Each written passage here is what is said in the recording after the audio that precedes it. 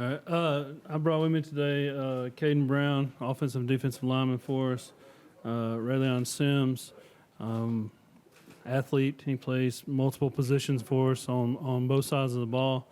And Richard Weed, who plays defensive back and wide receiver for us. So, I think you guys covered it as far as going up to 3A and the different challenges of that. Looking forward to this team and what this team can do. We try to explain to these guys, nobody cares what you've already done. It's what are you going to do? So we've got to move forward. This group of seniors is a good group. They've been through the fire and they've been tested. And over the summer, we've tried to relay that to some of the younger guys that don't have any skin in the game yet, as to the importance of doing what you're supposed to do. And being a teammate to help out on the field and to be that 10th or 11th guy that has to go on the field and play. Trent Garrett with Central Alabama Standouts. This one is for the players and coaches. What are your expectations for the team this season?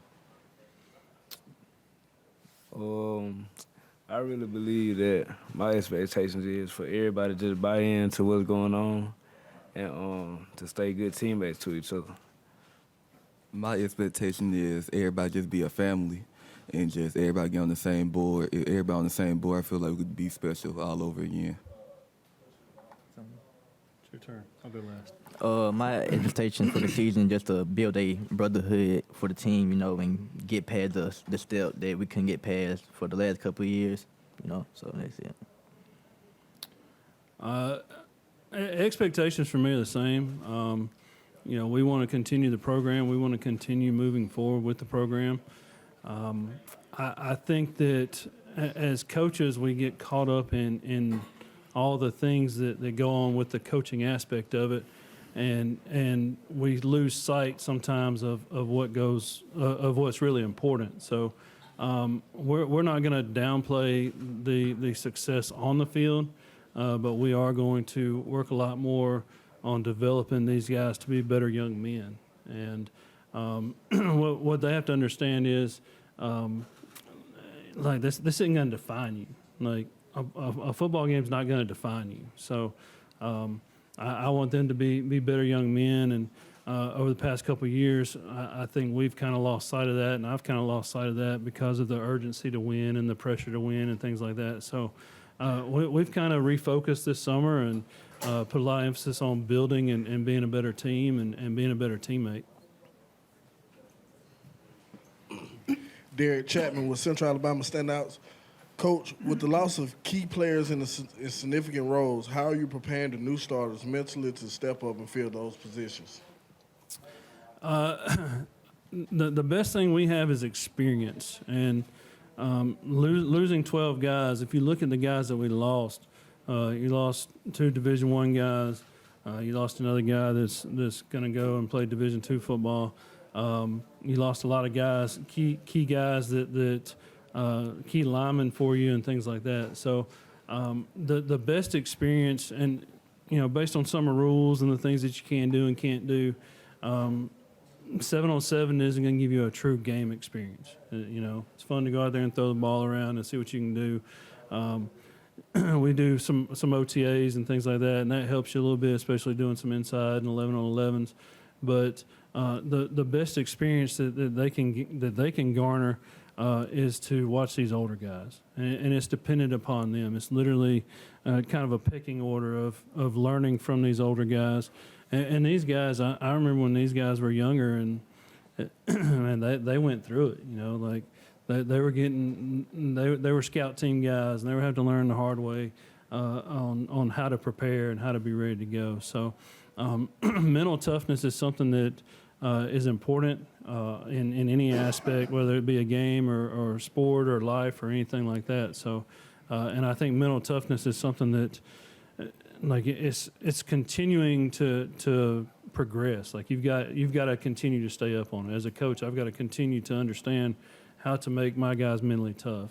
And when you have, 45 kids, not all of them function the same way. So as a coach, we have to be able to function different ways with different kids. Coach Jim Jacobs, FNN Network. Most people say if you play football, you got to have a short memory, especially when it comes to wins and losses. But most of us had you guys pinned in last year to go back to the championship game and rematch with Fife, and obviously that didn't happen. Can you talk about the last seconds of last year and basically what you've done to make sure that doesn't affect this year's team going forward? Moving forward, we continue to control what we can control. Things that are out of our control, we can't worry about. I will say that the last seconds of that game did not determine the overall outcome of that game. We made mistakes throughout the game and didn't capitalize on mistakes that they made. So, you know, as far as lessons learned, man, that was a crappy way to learn a lesson. But you know, that stuff that we've used over the summer with these guys, like, you know, we've got to learn to accept responsibility. We've got to learn to own it and, you know, say, hey, we messed up, we made some mistakes, and we've got to grow from it. So we want to move forward and look ahead. Man, it would have been great to go and play that next week, but we're ready to move forward on to some new challenges. And to step up from that, for you and the players, what's it like to go from being everybody's homecoming team to this year you're probably everybody's bullseye? Well, if you look at our non-region schedule, I've had numerous fellow coaches ask me, why in the world did you schedule these non-region games? I had a hard time finding non-region games. So non-region, we're playing open up with Wadley. We play Vincent. We go to Piedmont. And then we play Thorsby at the end of the season, who Thorsby was in the region with us, and they're moving up to 3A as well. So it's a testament to our guys and our coaches and the work that they put in. You know, I think the commitment level, it's hard to believe. Like, I don't really think about the process of year 7, but it's hard to believe this is year 7. Seems like just yesterday I was just getting here, but like seeing the growth and seeing these guys develop, you know, we're going to continue developing them, and we'll keep moving forward. Coach Bruce Carr, B101 Sylacauga. Again, I've talked a lot about this today. This year was a reclassification year. You jumped from 2A to 3A. What will be your mindset as you go up? I mean, obviously, you don't have a lot of control about whether you stay 2A or 3A. I get it.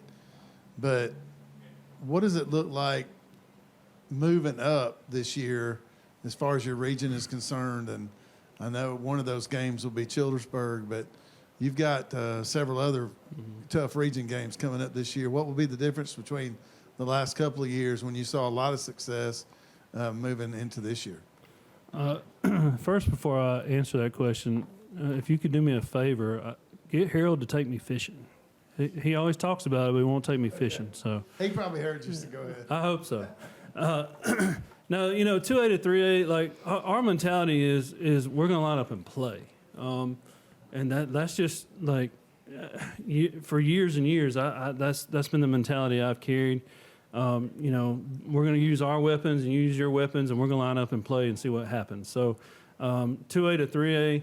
We're going to see some opponents that we've seen. There's 2 opponents that we haven't seen in Lee Scott and Glenwood, and you know, based on them coming from AISA and being a private school, they have a little bit different set of guidelines and rules as far as enrollment goes. So we really don't know what to expect from them. Randolph County and Beulah and Dadeville, Childersburg, you know, they.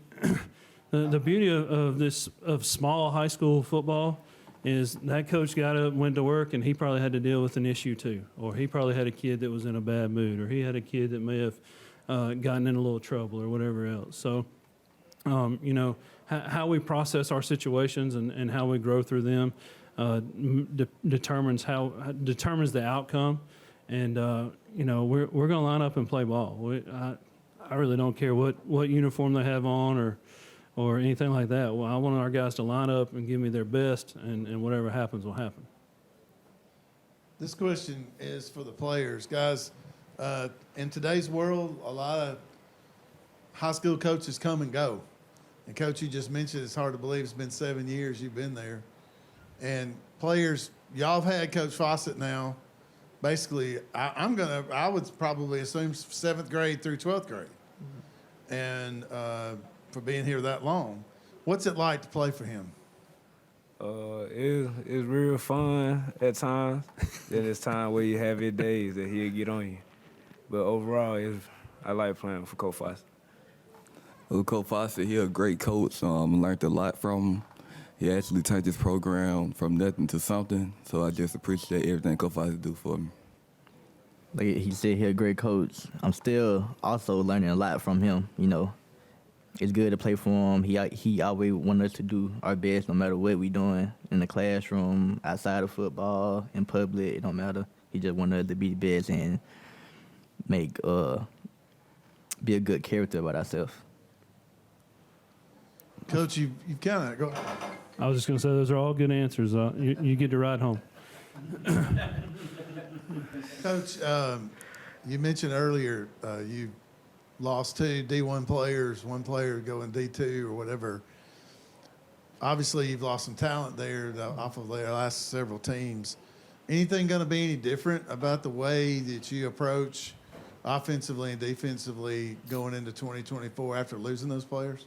I think our system is our system, and we stick to our system and our terminology, and it's about the pieces of the puzzle and where you put them. So we've got a lot of moving pieces in the puzzle right now, and trying to figure out the best fit. So we do have a jamboree on the 16th where we'll get to kind of see where the pieces fit and move some people around to see what the best fit is. But we're going to put all the pieces in where we think they fit best and go play. I can assume you're probably going to continue running the football. Oh yeah, no doubt. Yeah, as far as losing guys, the big thing is losing 4 out of 5 offensive linemen. So Caden is the only returning offensive lineman. So I fired our offensive line coach 3 times this summer, and it's me, so I just keep coming back. So. Hey, that puts a lot on you, doesn't it, bro? A little bit. Yeah.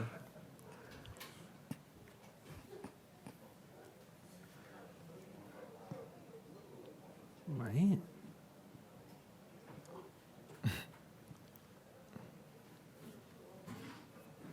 Central Alabama standouts. Coach, over the recent years, we've seen a grow in the number of fans and fan engagement. How important is it to have a big fan base right now? Man, our fan base is fun. They show up. Tiger Nation is there. They travel well. It's really neat to see because there's a long line of pride of Comer alumni, and excuse me, and seeing them at games and talking to them and just kind of interacting with them after games, or I can't go to Walmart and not have somebody come by and stop me and ask me about football or tell me what year they graduated, or man, we're so proud of you guys and things like that. So, but our fan base is great, and when things are, even when things aren't good, they are there. They're supporting us, and that support has to continue as well. So we've had some great crowds. We've put together some really, really big crowds over the past couple of years. And our environment, our playoff environment over the past couple of years, some games probably rivals some big school environments. Just the number of people there and the noise and just the energy that's in that stadium. So we look forward to seeing them every Friday night and having them there with us. Okay, this question is to the players. What has been the most memorable moment during your football career? Mine was in 9th grade going to the state championship game playing against Fife. Cause it's a memorable moment because having all those teammates that really like to stay around and made a brotherhood with me, it was my favorite moment. I had to say the same thing. My 10th grade year, made it back to the state championship game. It's just the environment, with my brothers, and we just been somewhere we haven't been. I would say it won't be the state championship game. I'd say third round playoffs, real town. It's late in the game, and I intercepted a ball to help my team to move on to the next round. So I feel like that's my best moment. Coach, here's a hypothetical for you. You've been to the state championship game where they were played on the college campuses, and now we found out that that's not going to happen anymore. Protective's still in the mix in Birmingham, but as somebody who's been to that level of it and been a lot of different places, how would you feel about possibly, especially for the small schools, maybe moving the state championship games back on campus at least every now and then? Excuse me. I'm not a fan of it being on campus, to be honest with you. I think it's playing in a state championship is a big to do, and it's a reward. And I think you kind of even the playing field and go to a neutral site. You have to look back at what started all of this too, which was years ago when Comer played in the state championship in '95 in Cordova, and it was mud and rain and everything else everywhere. And Coach Overton got the ball rolling on this. So I think you have to be very, very careful with that. And being honest with you, some facilities that you go to are not as friendly as others as far as just accommodations and facilities and things like that. So I think neutral site would be good.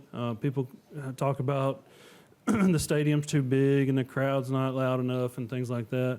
Our crowd was pretty loud in Auburn. So I thought it was a great environment and a great crowd. And it's a great experience for our guys.